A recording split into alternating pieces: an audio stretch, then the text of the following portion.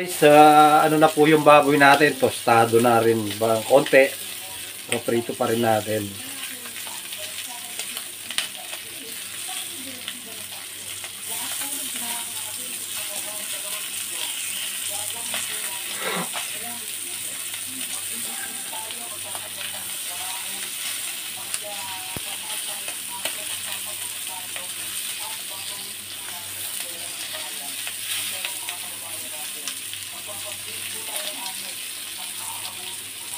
Actually guys, naalaga ako na yan. Kaya lang, nakat yung video natin.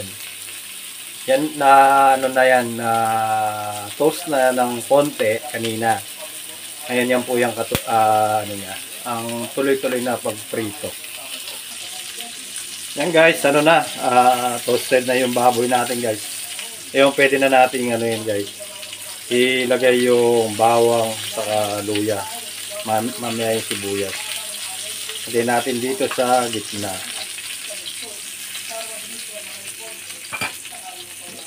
Lagay muna natin yung sibuyas guys. Ay, luya pala. Mali. Luya.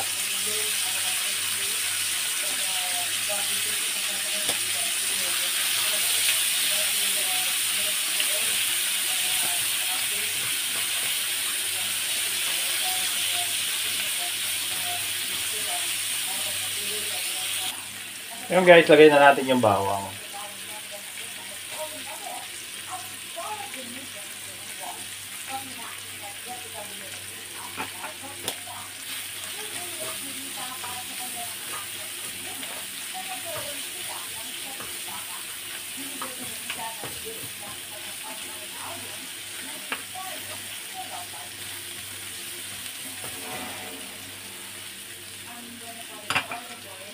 Then, sunod na natin yung luya.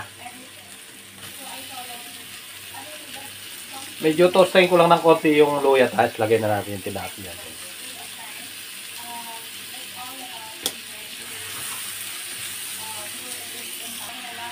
Yan guys, ngayon ayusin ko na yung ano, lagay ko na yung tilapia. Yan.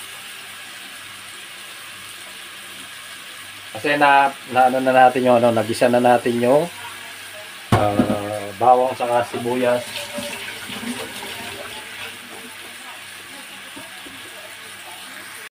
Ayun guys, lagyan na natin ng suka.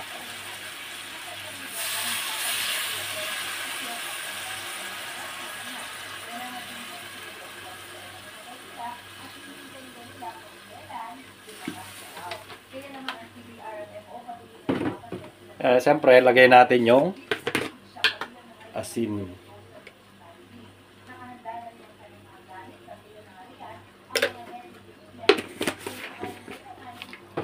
Saka paminta.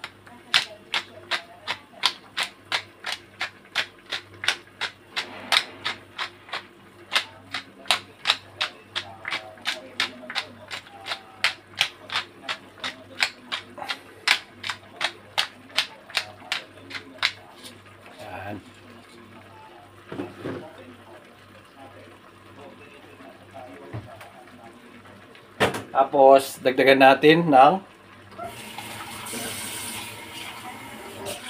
tubig.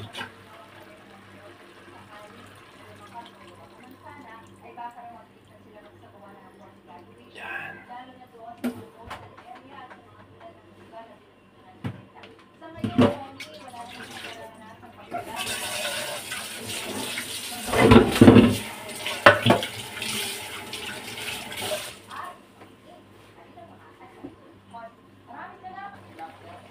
Ayun guys, lagay natin yung sili.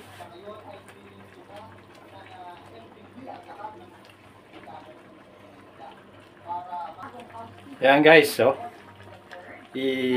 ano na natin yung ano niya, yung sili tsaka yung baboy, medyo ano natin. Tinaas natin kasi para yung isda maluto siya. Okay? Sarap. Yan guys, nagmamantika na yung ano natin, paksiw natin. Sarap. Sarap lang. Sa kabila ng malakas na buhos ng ulan, maghapong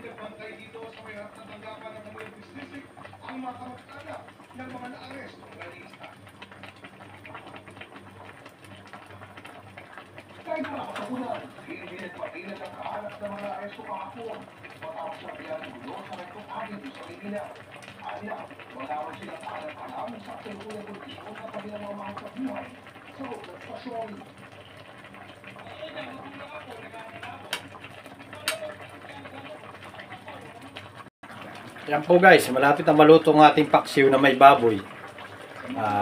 Konting-konti na lang po, malapit na maluto guys.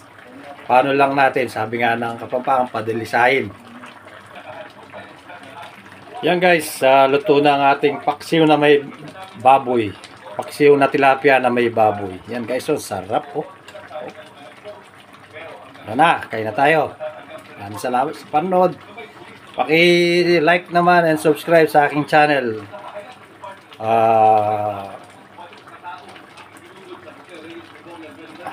Laundryman Vlog. Maraming salamat po. Nandito na lang po guys. Maraming salamat. Hanggang sa susunod.